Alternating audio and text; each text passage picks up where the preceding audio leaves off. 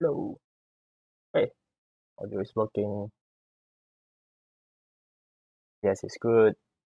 Very nice. Right. In a moment.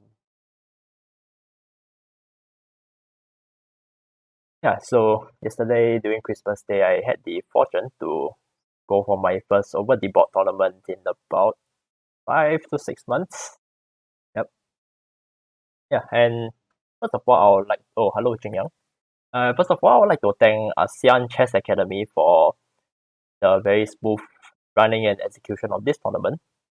Of course, credits to the organizer, Ignatius Leong, to the arbiter, and my friend Xing for handling all the incidents and basically ensuring that the tournament went quite well lah. I was actually quite impressed by the way they handled it. Yeah, so they do have a bunch of tournaments over the board tournaments lined up in Singapore, and I would recommend you all to check out their Facebook page, ASEAN Chess Academy. You can find them on Facebook, and I have linked them inside the YouTube and stream video descriptions. Yeah, so I just wanted to do a simple recap of three of my games from this tournament. So a bit of background. This tournament, first of all, it is over the board. Yeah.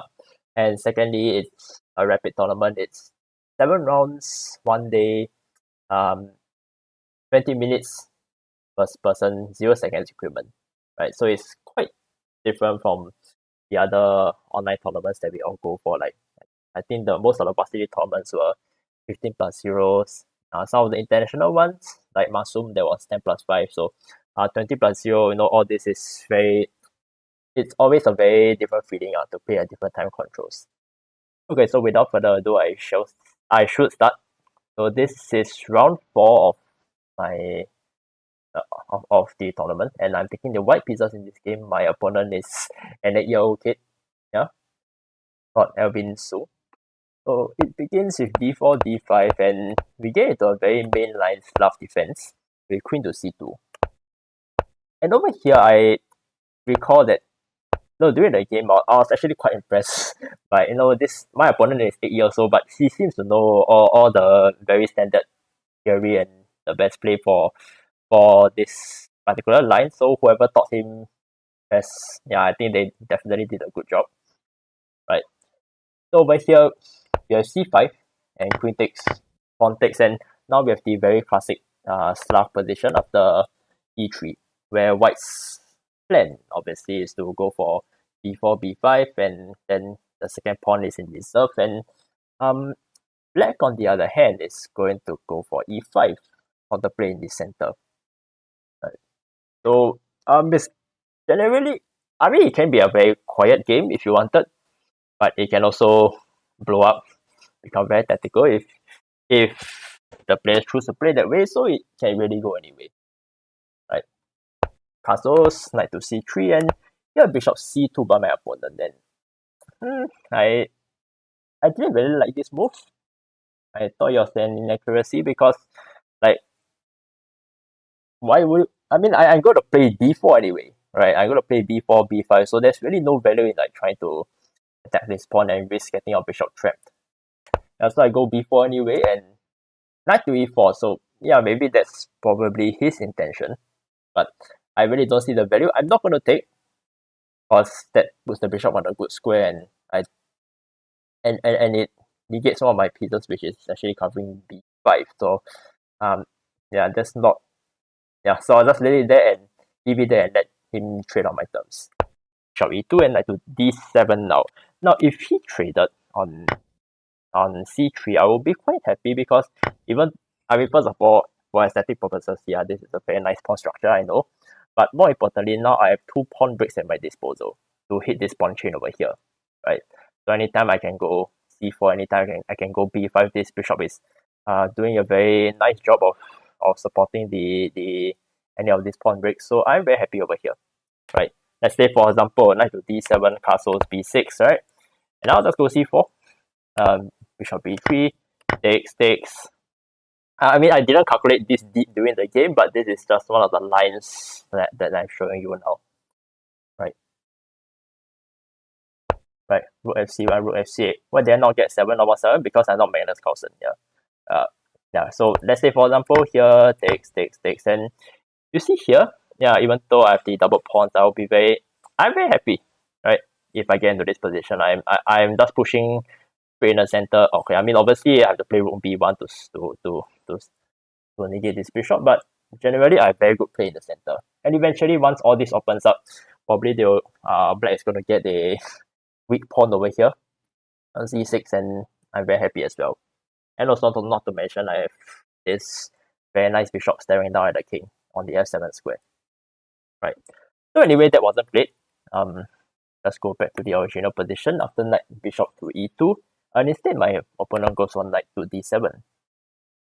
Right. Castles b6. Now he's trying to chip away at my space advantage. Rook fc1 now. Bishop to b3. So you see, player needs to be careful now if he doesn't want to trap the bishop. Now knight takes e4, d takes e4, and now knight to d2. Right. So I think this is forced. Bishop to d5, and now bishop to c4. I'm just slowly improving my position. Eventually, I'll be able to get some weaknesses, provoke some weaknesses in this black's pawn structure over here. Rook fc8. Now, if he takes on c4, I'll just reply the very simple rook takes c4, and I think white is alright here. Let's say, for example, this. Already I'm threatening the pawn. Yeah. Let's say, for example, again, if he tries to counter attack with e5, I think there's this line that I looked at after the game. Something like this. Yeah, I can't take because of the back rank, but after this, it's very happy for me. After this, again, I can even go here. Very nice position for white to play. So, I'll be very happy if he took the bishop on c4. Anyway, he didn't do that. He went for rook f8. And I'm also very happy because after bishop takes d5, he takes d5. Now I have c6. Knight to b8, b5, and oh, this is a very dream position, right? Look at this knight, it's just completely paralyzed. Can't really go anywhere. This pass pawn is protected. Anytime if he gets traded away, I always have another pawn in reserve. Right? But of course, at this stage white is definitely better because I'm purely by virtue of this. But I still do have to be careful of potential counterplay. Remember, I keep talking about how in this self defense, black always has this potential of counterplay along the center, like f6, e5. So white needs to be careful of that. And in fact, my opponent proves to be quite resourceful because he managed to find a way to get some counterplay, as you will see later on. Anyway, over here, first of all, he plays a5, which I do not really like at all. Like, why would you want to close the center so early and just leave my pawn permanently here, and also permanently entomb your knight here? Like, now it's literally no squares, right? I mean, I was actually expecting a6, at least to try and provoke me to take and then hopefully free out your knight and connect your rooks. Now, if that happens, I obviously will not take. And I think I'll probably just keep the tension here. He cannot take because of the disconnected rooks. So I'll probably play something like f3. Very simple. Just to try and provoke more weaknesses. Hopefully, if I can get him to push f4, then this e5 break will not be so dangerous anymore. Right. Anyway, that wasn't played. A5 was played instead. And now a5 actually gave me some ideas. Now I don't have to go for f3. But instead, I was thinking that, yeah, you go a5, now this pawn is weak. This pawn is weak. All my pieces are doing fantastic job, So, but yeah, and this bishop also, I think is the best bishop in the world in this position. Yeah, compared to the knight. And yeah, but this knight, what is it doing? Not really doing much. I mean, unless I go for f3. Yeah. So I think I have to relocate that. So I went knight b1. Idea being knight c3, knight a5, or possibly this. Knight e5. Okay. Very pure, simple positional play here. And now my opponent goes f6. And here, I didn't really update on the clock situation. At this point, I think I was down to my last 5 to 6 minutes.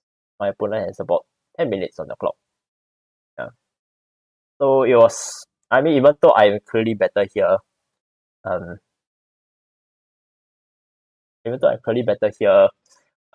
time trouble does starts to come into play lah, right?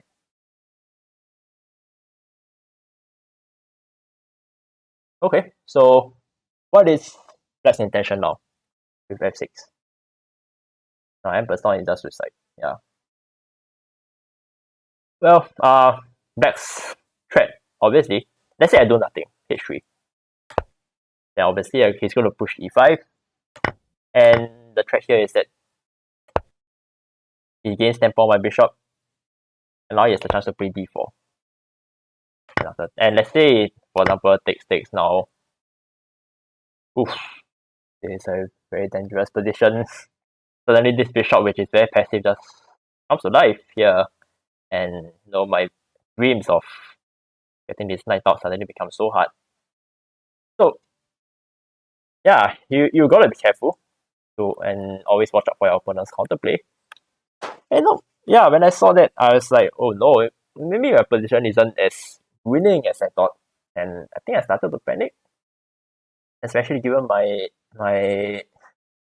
very low my very low time, right? And I started to think of, okay, so how am I going to counter this? and at the same time exploit all these weaknesses. One variation I thought of during the game was knight to c3, and just simply let him push e5.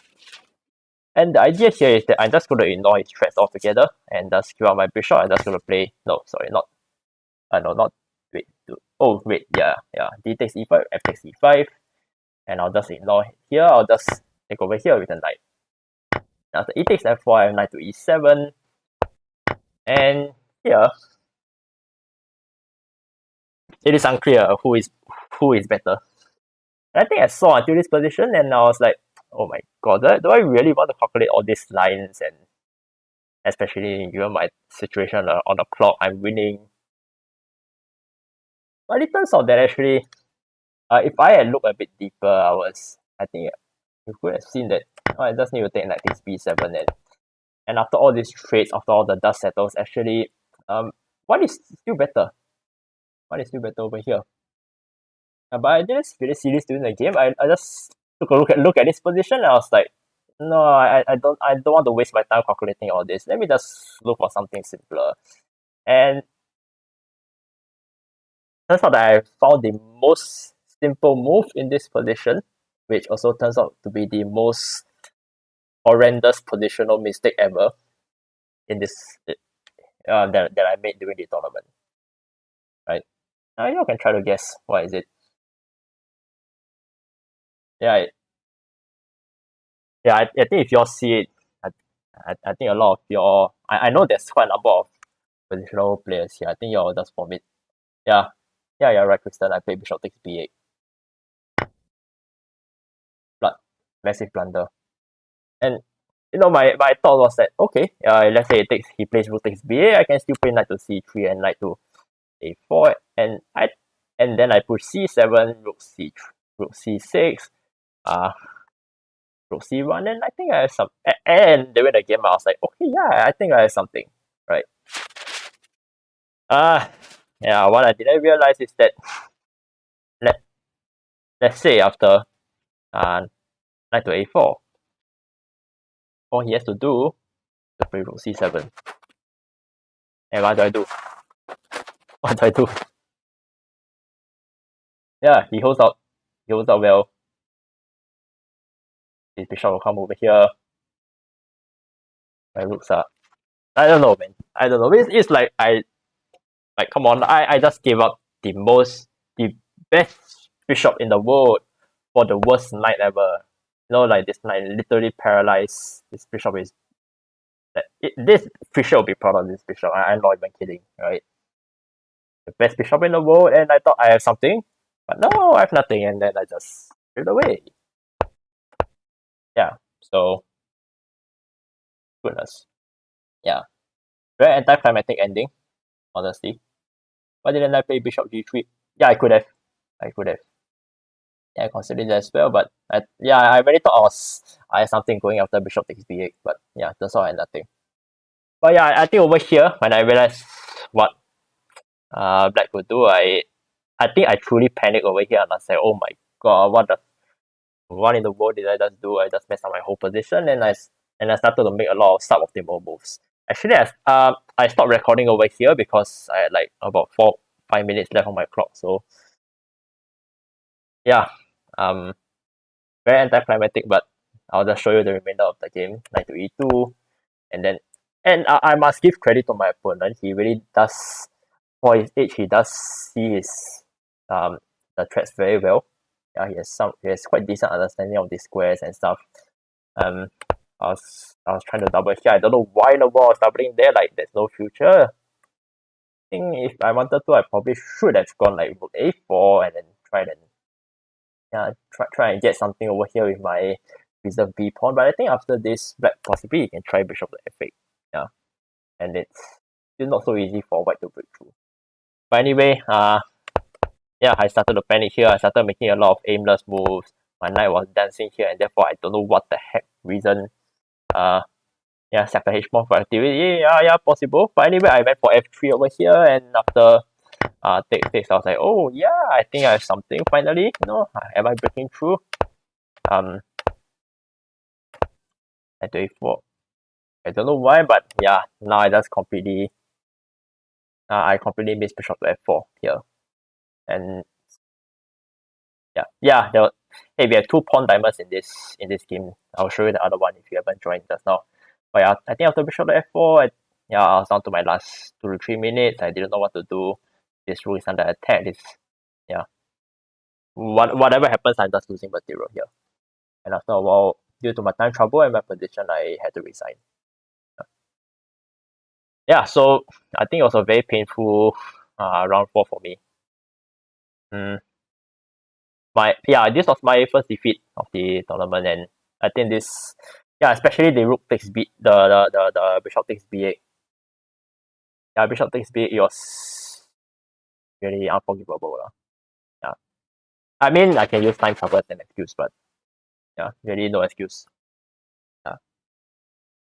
Yeah, it happens, Kristen. It happens. So yeah, that's round 4. Right. Definitely this is one of the games that will stick with me forever as a reminder of how not to play with your pieces. And yeah, so I'll move on to round 5, and just give me a moment. I'll change the analysis title. Right, let's pick round 5 and next one. Okay, so round 5 I am taking black. Right. And we have our very standard Harukan. Right. Oh, hello Yogesh. E5 and C5. Yep. I know most of y'all will be thinking of bishop f5, but c5 is perfectly playable. And now my opponent plays c3, and I think I've mentioned in a couple of my previous streams, I'm not a big fan of this move, c3, simply because white is just basically giving black what he wants in this line. Like the whole idea of black playing c6 followed by c5 is that I'm trying to get a advanced French without the bad bishop, but I'm losing tempo in the process. And when you play c3, you are giving me what I want. You are also losing back your tempo, and you are giving me the good French. Usually over here, the more standard theory is people just go d takes c5, surrender the center, but you exploit black's you exploit the extra tempo that black spends to push the pawn twice. And then you try to like hold on to the pawn, establish some clamp on the queen side, and so on, and the game goes on. Or the other one that I've seen quite many times is c4. Just striking back, playing aggressively, and again exploiting the extra tempo that black has. Yeah, but anyway, my opponent plays c3 again. I say I'm not a big fan of this move, and you will see later what is the problem of this line. Right? I mean it's playable, but you really need to know what you are doing for white. Knight c6, knight to f3, and knight to f3. I also do not like it because again you're giving me what I want. If you really want to play this line, I would recommend bishop to b5. Right, just trying to reduce some of the pressure on your center. And here I think black would just play queen to b6 in very typical advanced French fashion, of course, with the exception that the bishop is still free. Right. Possibly after something like this, then the game goes on. Anyway, that didn't get played. My opponent played f3, right? h3 in the advanced. Yeah, h3 is perfectly playable. If it happens, especially in the exchange for yeah. h3, I think h4 is the line as well that in the advanced Caro. Yeah. Anyway, knight to f3, this gives me what I want. Bishop to g4, I get a development with tempo, right? And now your knight isn't really guarding the square. So you're actually weakening your defense of d4. Knight b d2, okay, that's perfectly playable. e6, h3. So like Kristen said, there's h3 being played and now it is being played. Bishop to h5, I want to maintain this pin, and now if he insists on going g5, he's just shooting himself in the foot because I have this very nice maneuver, right? b3 played, possibly anticipating queen to b6, right, and trying to put the bishop on b2. Right. Anyway, c takes. When I see this, I actually see a chance because he actually b3 actually weakens some of the squares in this position. So that's why I played c takes d4, queen to b6, bishop to b2, and now bishop to b4. exploiting this open diagonal. Now, yeah, now this bishop is this knight isn't really guarding this knight. This knight isn't really guarding this, right? Kind of reminds you of that.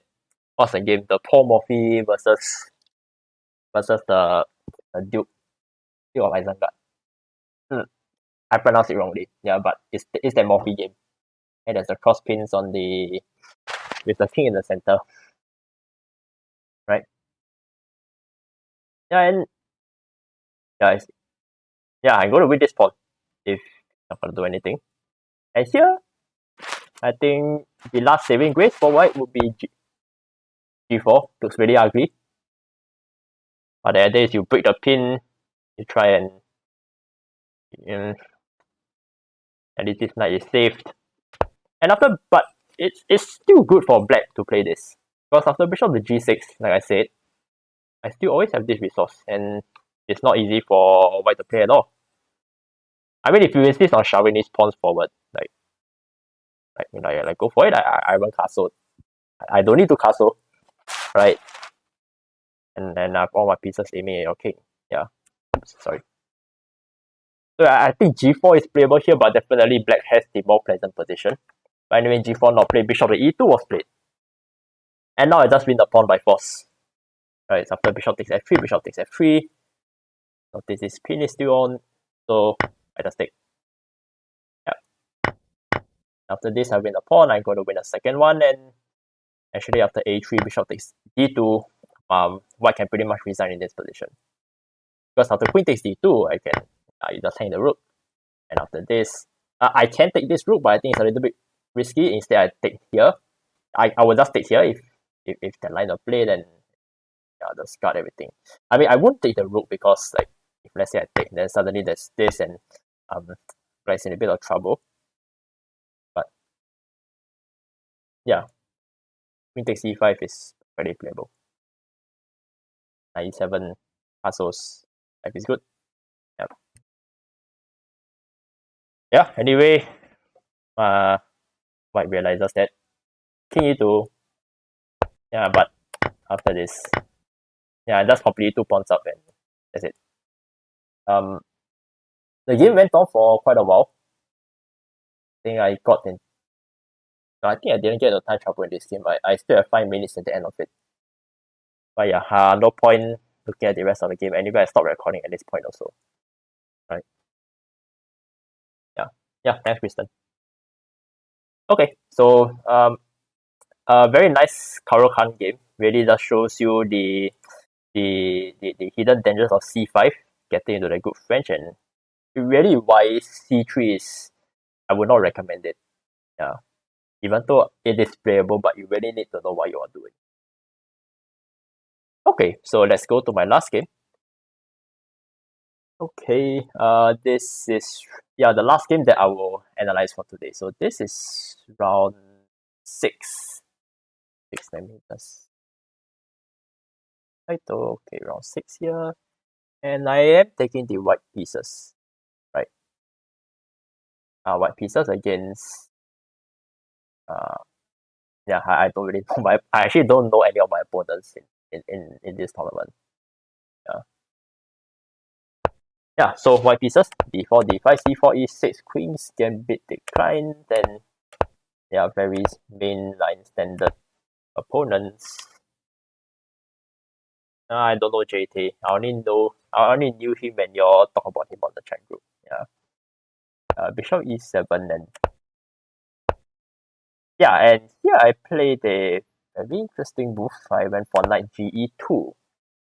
Normally in this kind of positions I will go for knight to f3, which is the more principled way of playing these positions. The idea is that you are gaining control over this square. So let's say for example black goes something like c5 now. Very common idea.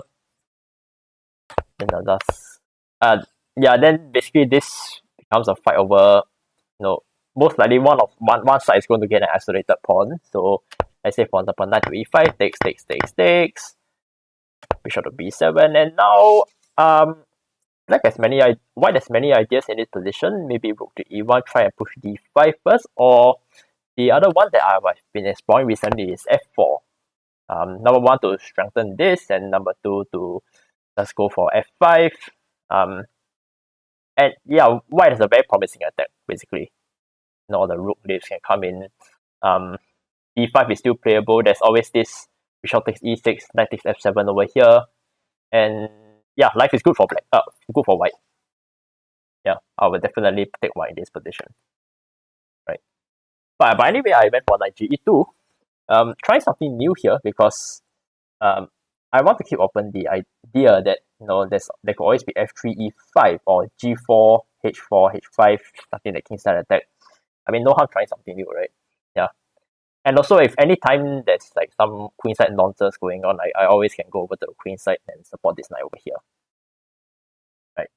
But putting the knight on e2 does have its own problems, which we will see later on. Right. Yeah, my opponent plays c6, which I do not like at all. I mean it's solid, but it feels a bit too passive for this position. Again, I will recommend c5 over here, or b6 going to the Tartakova variation, preparing c5, perfectly playable. But let's say you play c5 first, right? Then actually there's a lot of plans for both sides in this position. Again, let's say we go for a similar plan that I looked at just now. Let's say for example here b6, and I go f4, right? Again, going for f5, inside attack, then again it's perfectly playable. So let's say after takes, we have a slightly similar position. But this time the knight is not on e5, it is on e2. And this is not a very ideal position for the knight, but this, where does it go? Possibly I have to like relocate it here to g3 and push f4. Yeah, I mean it's not ideal, but it's definitely playable, and there's still a lot of prospects for white over here. Right. Yeah, anyway, that wasn't great. My opponent plays c6, and this allows me to play c5. And just clamping down the position and just gaining space on the queen side. And now, this pawn structure, it does look a little bit like the one that we had in the fourth game, the first one that we looked at just now, where I have the plan of going b4, b5, a4, expanding queen side, and black, of course, they will try to push e5. Right, let's see whether that happens during the game. He went for b6. Reasonable move, but I will just strengthen my control over the queen side. And notice in these kind of positions, if the position ever opens up, white will always win. Simply because this bishop is passive, this rook is disconnected. So I always have this tactic in this position. So white will always win if the position opens up now, like right now. Yeah. So yeah, black needs to solve the problem of that c8 bishop is not doing that many justice. So bishop a6 is one move, but I think after this, that just helps white. Yeah. So instead my opponent goes for e5. Just unlocking the bishop on the other diagonal, and just playing what they should be playing in this position, actually. And now if I don't do anything, they're going to push e4. My bishop is the one that's getting trapped, not theirs. So I have to play bishop f5 over here. Right. And notice I do have a space advantage. That means that I can always switch gears between the queen side or the king side anytime. So I have the freedom to do whatever the heck I want. Black, on the other hand, not so much. Yeah. And now black goes h6. Putting the question to the bishop. And now the idea is this. So do I take or do I retreat? I chose to retreat because I figured out that actually this first of all, I have more space, so I do not want to trade pieces. Right? And secondly, I want this bishop on g3. So that one day, if let's say he takes or he advances, then I have control over this long diagonal. And if one day this position opens up, then if I need to fight for the queen side again, then I'm going to win. I'm going to win because there's nothing to fight for it. Yeah. So yeah, I chose to retreat, and it takes for now. Obviously, if I take with the knight out, this happened. So I didn't feel good about taking the queen because a bit loose. Yeah. So e takes d4. Rook e8, castles. Okay, so this is normal. G5, bishop to g3. That just helps me put my bishop on my favorite diagonal.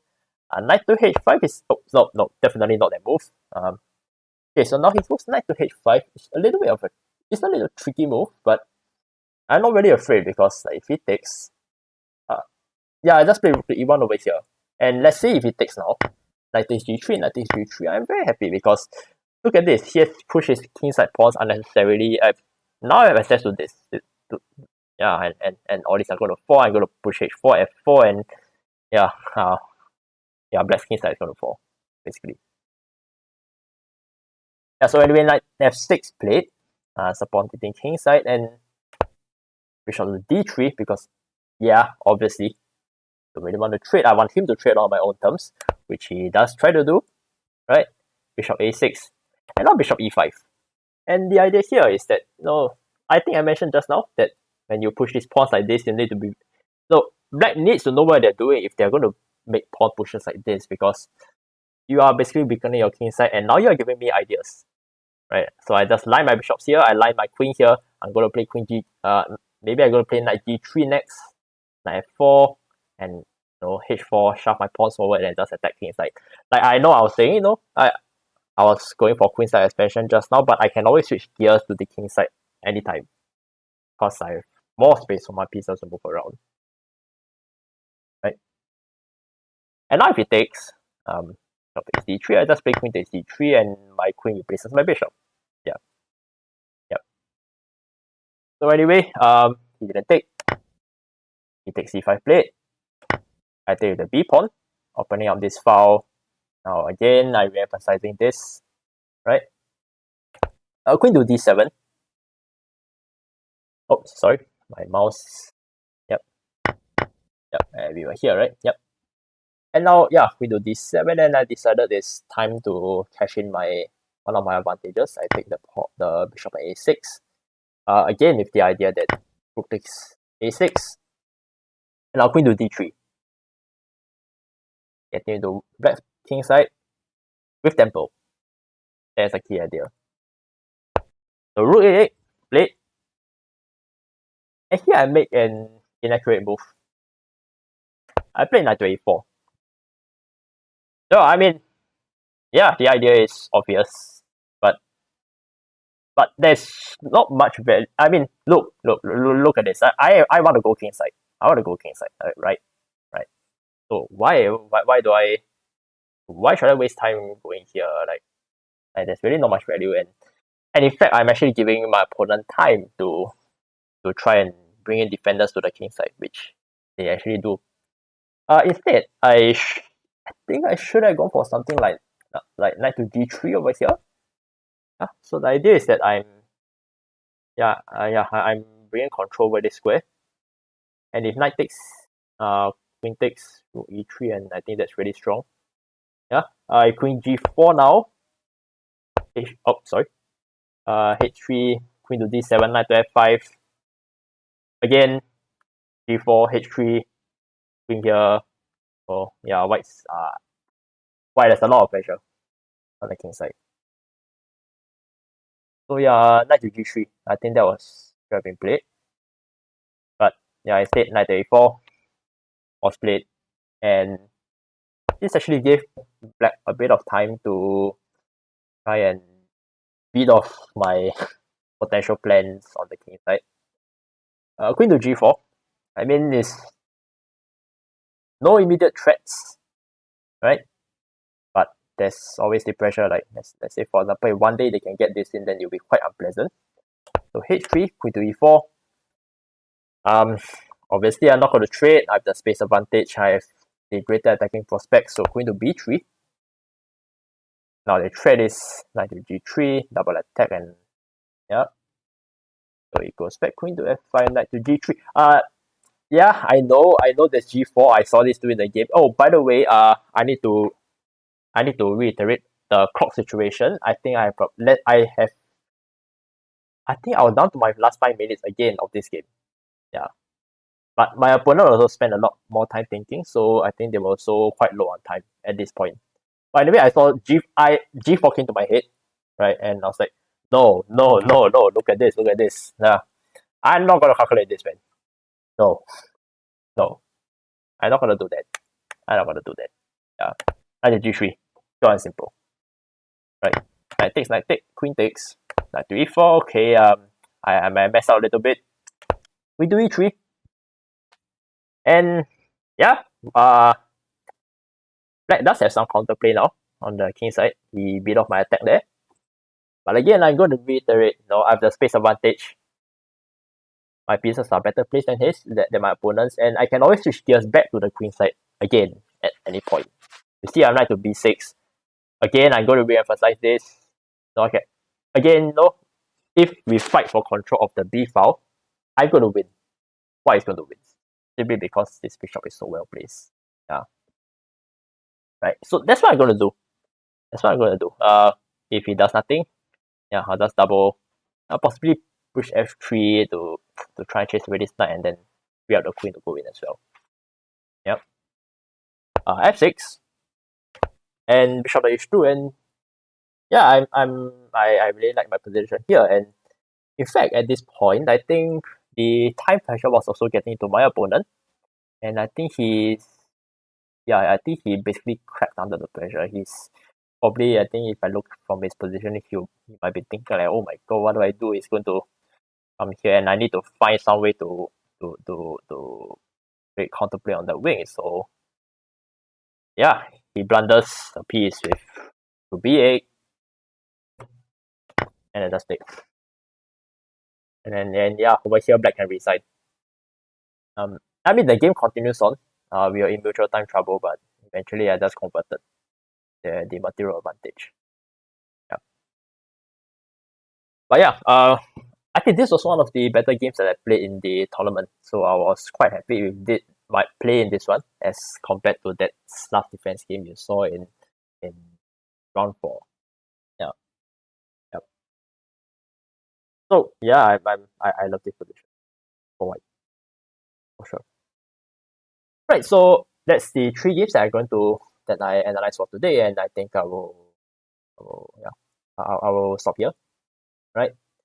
Yeah, just to wrap up, I think my takeaways from this tournament is that generally my chess skills itself, like positional play and games, was pretty much okay. I mean barring that really horrendous topic B8 that you saw just now, I think my positional play was pretty okay for most of this tournament. My endgame was quite okay also. I think when I played against JK in round 1, I had I converted quite a nice endgame against. Yeah. But one of the more glaring things that I realized I need to improve on from this tournament is really my time management. I think you saw here from the first game I looked at today and this game that I got into time trouble quite easily. Like near the middle game I was like less than 10 minutes, and towards the end I had less than 5 minutes. I was always at a time deficit as compared to my opponents. Yeah, and not just this game, but a lot of the others.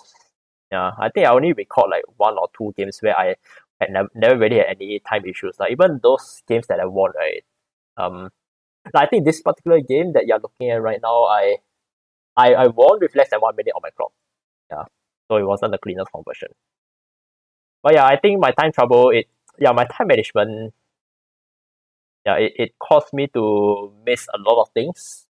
Like it compromised a lot of my play as well. And yeah, I think 20 minutes plus 0, no equipment is really not easy to play, and you really do have to get used to it. I mean,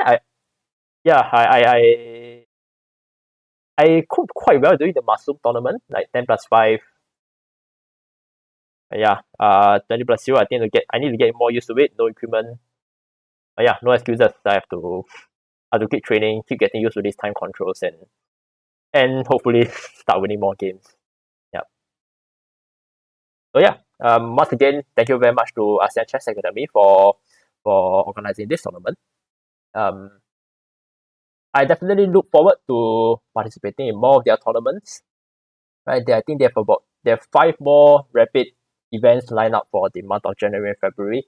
Once again, if you want to keep updated on the events, don't forget to follow them on Facebook. You can you can see the link in my YouTube and Twitch channels. Yeah, so go and check them out. Yeah, wishing all of you a Merry Christmas and Happy New Year. Right. Thanks for watching.